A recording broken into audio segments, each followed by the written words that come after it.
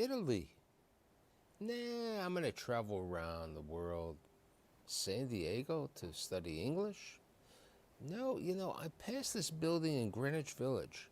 One day, maybe I'll go to school over here. I'll become a lawyer. No, I'll be in the military.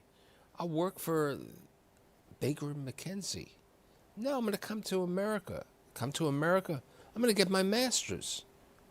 Nah, you know what? I like law, but I really think there's a different area. I'm going to get involved with public relations, and I'm going to create a magazine. It's 2001. There's a big need for clothing, quality Italian clothing manufactured in Italy. I'll open up a store. I won't open up a store. I'll open up an empire of stores. I have Domenico Vacca. Thanks for being here. Thank you for having me. So tell me about your grandparents, and tell me about where everybody grew up in Italy. We all grew up in the south of Italy, in a region called Puglia, and in a town called Andria. My grandmother, I think about her a lot because she had a fashion company already.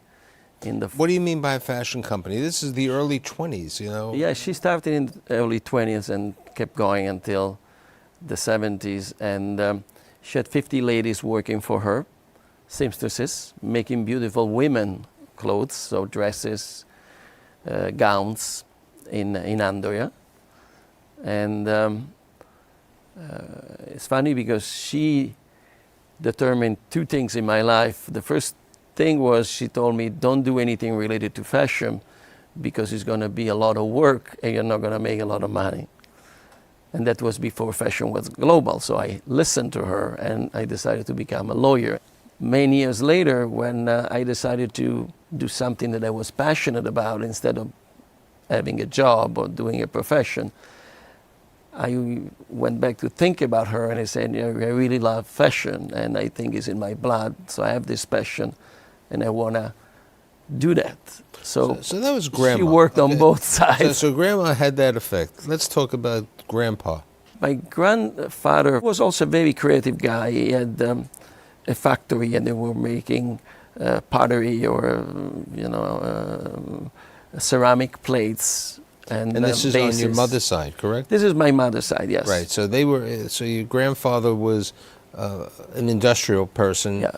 Making ceramics, and Yeah. and your grandmother was selling the dresses where? In Italy? In Italy, in Andria, in the south of Italy. She was making everything from the pattern, the cut, the sewing, the design of the dresses. She was literally a designer, and then they made the dresses and they would sell it to whoever wanted.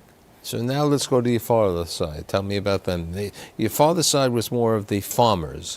Yeah, my father was in agriculture, was a farmer, and they were in a city, in a town called Bitonto, that is not far from Andria and not far from Bari. That Bari is the main city in Puglia. And my grandmother from my father's side was a housewife, taking care of the kids, and my father was taking care of the land. Now, how did your mother meet your dad? They met in Milan. They were not in Bari? No, not in Bari. I mean, they came from there. As now, even at that time, somebody had to move to the north of Italy to look for, an opportunity. And my father decided to go to Milan and actually go visit his uncle. There was a lawyer in Milan, so he worked at his uncle office for a little bit. And then my mother was working, at the time, started working for the health department. Now, you said to me your dad was a professor at the college. Yes. So and specialized in Italian literature, correct? Yeah, correct. So then they both came back and they got married and they had my brother, 4 years older than me. And then they stayed in Andria all their lives and an amazing marriage. Now, when we were saying, your mother worked for the health department, which was, with socialized medicine over there, which was an important role. But Grandma didn't want her to work in the apparel business. Yeah. My grandmother was a kind of an entrepreneur at that time. So she would work as much hours would take. And I guess the better life would be to just have a job that you do from Guarantee. a guaranteed job that you do from 8 o'clock in the morning until 1 o'clock for lunchtime, and then you go back for another couple of hours in the afternoon. So it was a more steady. But she worked for the government. She Yeah, was a civil servant. She worked for absolutely. the government, but she was in a high position with the government. Yeah. And your dad also, worked in a way for the government because he worked for the university. Absolutely, they were both, working for the state, and so it was a secure job and a little bit more relaxed than being an entrepreneur. You really enjoyed your life as a kid. You played piano? Yes. How did you get involved with the piano? My parents were great. They gave me and my brother everything we really wanted, and definitely, parents have this idea of giving the kids a better life than they had, so they would really, I was passionate. I loved piano. Every time there was somebody playing piano on a record on TV, I was almost starting and you loved crying. playing tennis also, you said. Yes, so we had this very already interesting education. So I started playing piano when I was 5 years old. I started playing tennis when I was 6 years old, and I went to train as a tennis player in the north of Italy every summer, and then they sent me to London to learn English. So there was a great So you education. had the Cosmopolitan. Then you said to me that you went to San Diego to study one summer, correct? Yes. So when I was around 20, I wanted to to work on my English, and since I was doing that in the summer because that was the vacation time, I decided, okay, I want to go to the United States. I want to go in a place where I can still go to the beach just a little bit. And I was fascinated by the West Coast. As an Italian, you're fascinated by California and New York. Those are the two things that you look about at. the story about New York, about your visit to New York and NYU, because it has an effect on your life later on. Yeah, it was really interesting because, of course, as soon as I could, one of my best vacations were in New York. So I came here, and the first time I came on vacation, and New York was fascinating. And I was walking into the Village in Washington Park, and I saw this beautiful building called Vanderbilt building, and Vanderbilt Hall. Vanderbilt Hall, where is the School of Law at NYU. And I passed by and I stopped by and I said, this is a beautiful building. I like the park. This is great, right in the middle of New York. And I read, New York University School of Law. And at that time, I had no idea that I was going, that I was no interest was not in my mind to go to law school. But I said, I would love to study in this building one day. And then I completely forgot about it. Now you go back to Italy. Now, where did you go to college in Italy originally? I go to Bari, at the University of Bari, near my hometown. In Italy, it's different. You go to college where you get your degree and you're graduate and undergraduate, and you went for law. Yes. Now, how did you decide to be a lawyer? Your father was a professor of Italian literature, and mom was the health department, and grandma was in the, we had the farmer and we had the apparel manufacturer. See, I think that at that time I had already the idea that, so we were saying, take your law degree. If you don't know yet what you want to do, at least you have a law degree. At least get a law degree. At least you get a law degree. And my brother took it before me because he was 4 years old. He was finishing up. And then I said, okay, I'll do it. So you finish, you get your law degree, and then you go into the military, right? Yes, because the military service in Italy was mandatory. And when you do it, when you have already a degree, in this case a law degree, you can do it in a special corps called Guardia di Finanza, that is kind of the military part of the IRS in Italy. So I was fortunate to do the test, to pass the exam, so they only take 200 people a year, so I did it that way. So how long were you in the military? 15 months. And you were involved with the IRS or the taxation division. Yeah, and it was great because it was a great way to do the military service, because the alternative would just be You would have been a real soldier. Suffer and hang out for 12 months instead of. So where were you stationed during that 15 months? I was in Bergamo at the academy in the north of Italy for 4 months for training.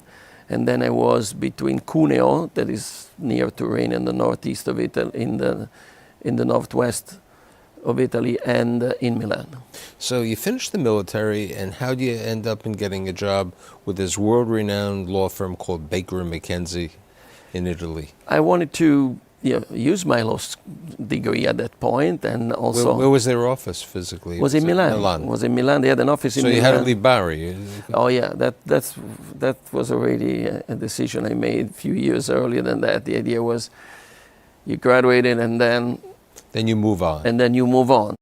It was really interesting at the time.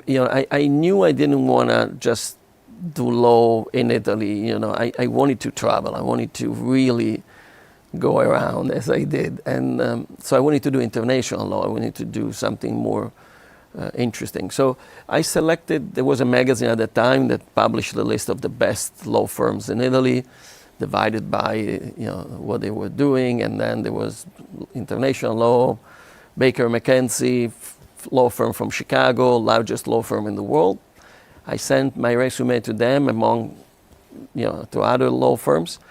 And I did my interview, and they hired me. And it was the only law firm at that time that actually was paying associate, because at that time I didn't have the bar exam in Italy yet, because you have to practice 2 years before you can take it. Right. You can take it. So all the other law firm would make you work for free. Right, you were like the intern, the unpaid intern. Exactly. Right. So Baker McKenzie was great, was great experience, great clients, great training. Now, you said to me you did international law for Baker McKenzie. What type of work was it? But we were mainly, we were representing foreign companies, foreign firms doing business in Italy. For example, my first legal opinion was in taxation and was for Levi's, the denim company.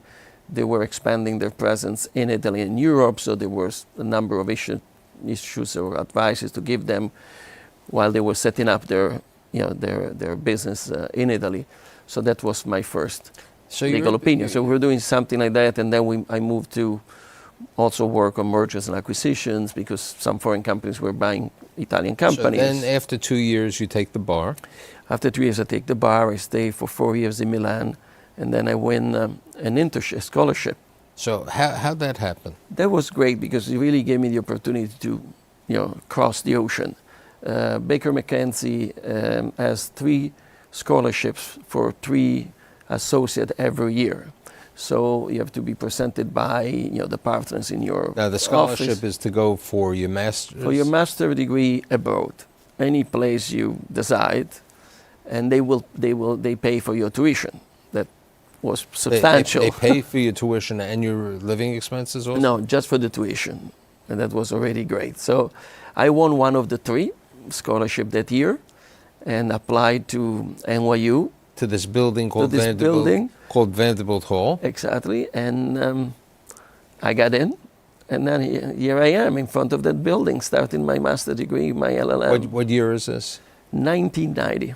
So it's 1990, you come to Baker McKenzie in New York, working, not really working because you're studying, but you have an affiliation with the New York office of Baker McKenzie on 3rd Avenue, and you're going for your master's in law, in corporate law, correct? Correct. In corporate law. So this is 1990. So after 1990, you're supposed to go back to Italy, right? Yes. So the plan was after your master's degree, you go back to Milan. Right, because they paid for this education. Yeah.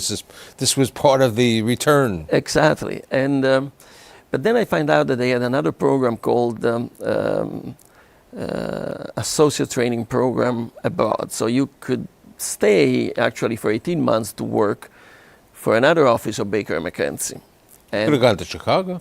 Yeah, but you felt it was a little too cold. It was a little too cold, a little too windy. And New York really, is the city that I always loved and I still love. So now, I was able to get in the New York office of Baker McKenzie. Now, where were you living at this time? Is this Madison Avenue in 67? Between 68 and 69. How'd you find the apartment there?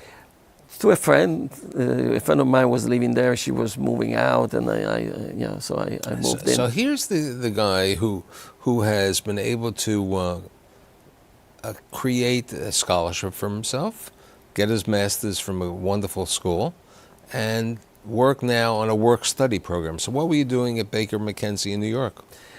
I was, see, when you do a program like that, your goal is to create, a link, Cross-border. a cross-border between the New York office in this case and the Milan and the Rome office, the two Italian offices, and develop relationship between the partners and the clients. And then 18 months later, you go back to Milan, and now you know the face of the people on the other side of the ocean, so you can keep developing clients between the two countries and the two offices. I had an idea to stay longer than 18 months. And I understood, I guess, the New York way, that if you want to stay in a place, you have to generate revenues.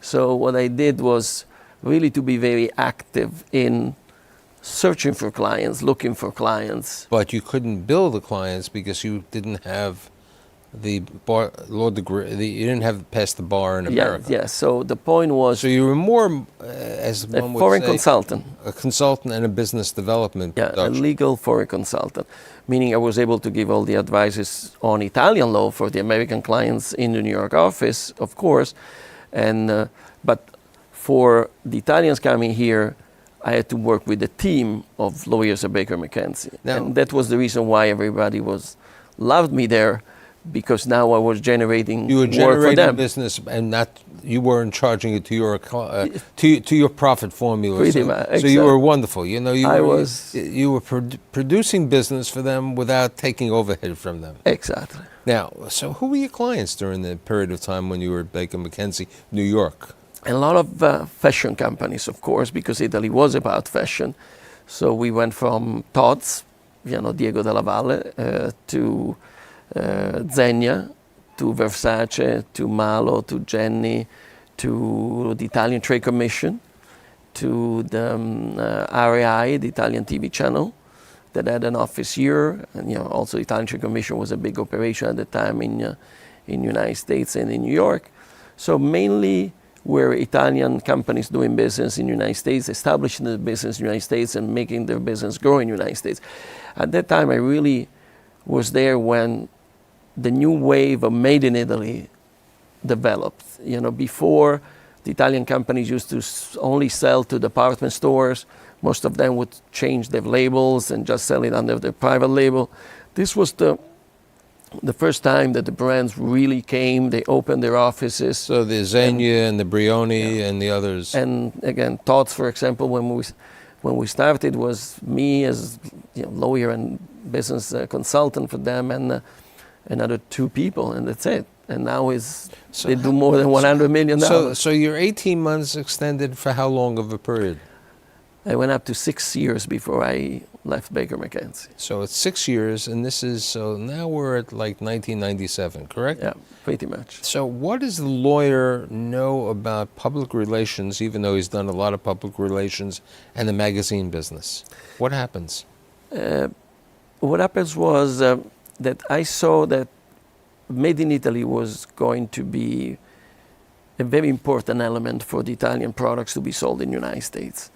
Made in China was getting stronger, and made in any other country was getting stronger. And we had to develop an identity that was on the quality of the products.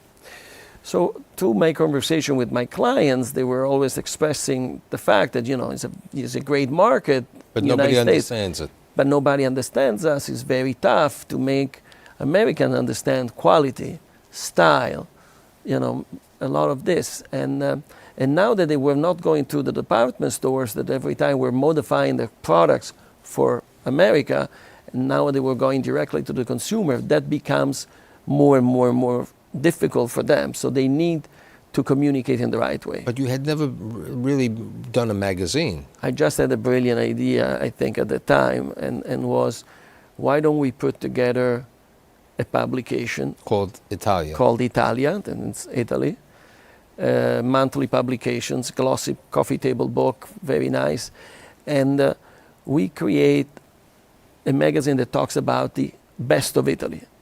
So it was great. We would, there was like 200 pages every month. And you also had a public relations firm. That came a little bit later. So while I was at Baker McKenzie, I was literally from 9 o'clock in the morning and 9 o'clock at night at Baker McKenzie, and then 9 o'clock at night, 3 o'clock in the morning at the office of the magazine, making sure that everything's fine. Of course, I hired people that knew more than me of publishing, and I was able to put together all the other pieces. And then something happened, and this is the switch from whatever I did before to fashion and develop a brand and a fashion house.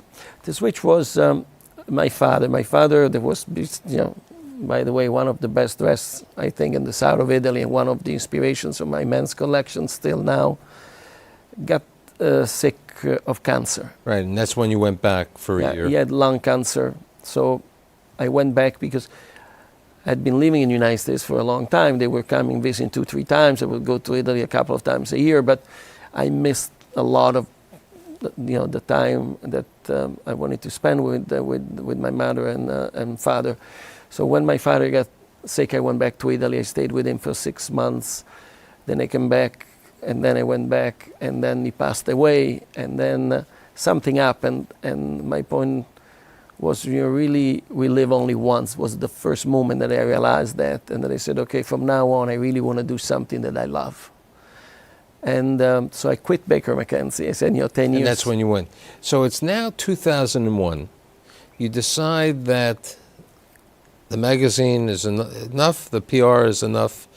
How do you decide to create a fashion company? I think it was exposed, it was really one day I was... It was predestined from your grandmother. Exactly. See, and there was a moment at the time that I really started saying, okay, great, I quit Baker McKenzie, the magazine is doing well.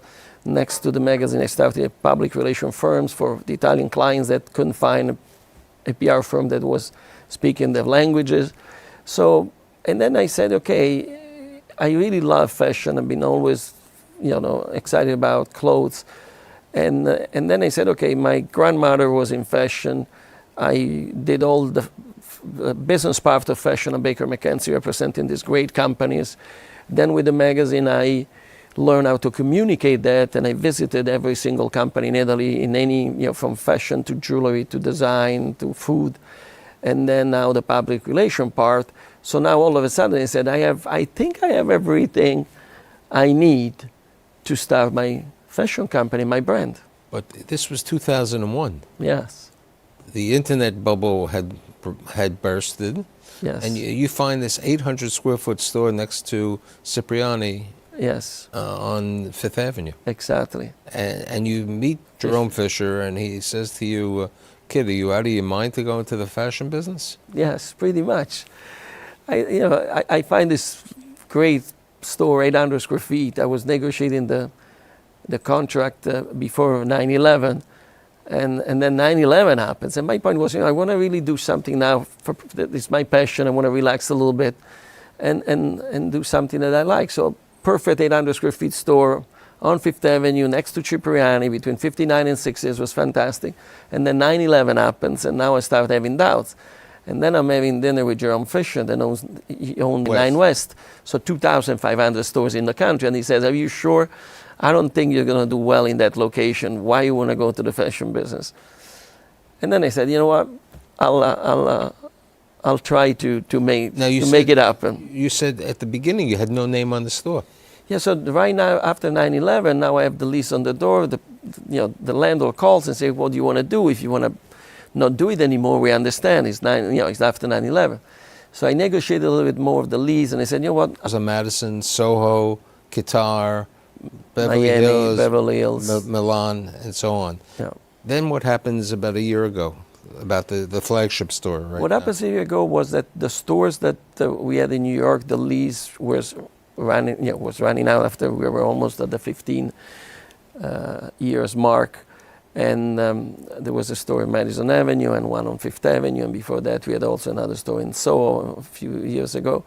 So my idea was to put everything under one roof. Which is the flagship store today. Yes. On 55th Street. And right now we're on 55th Street between 5th and 6th.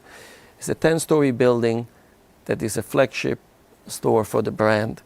My idea was, while 14 years ago, the challenge in fashion in the United States and in the world was about the fit, the style, the quality, you know, how to dress more European, more Italian, to change the look of the way Americans were dressing.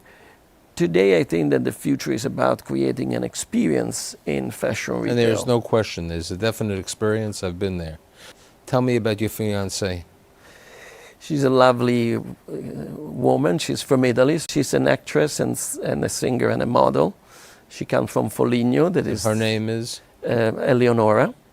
So, as one would say, you know, it was fortuitous that you came to New York originally and you saw that building of Vanderbilt Hall. You've made a mark, and you will continue to make a mark, and thank you for being here today. Thank you so much for having me.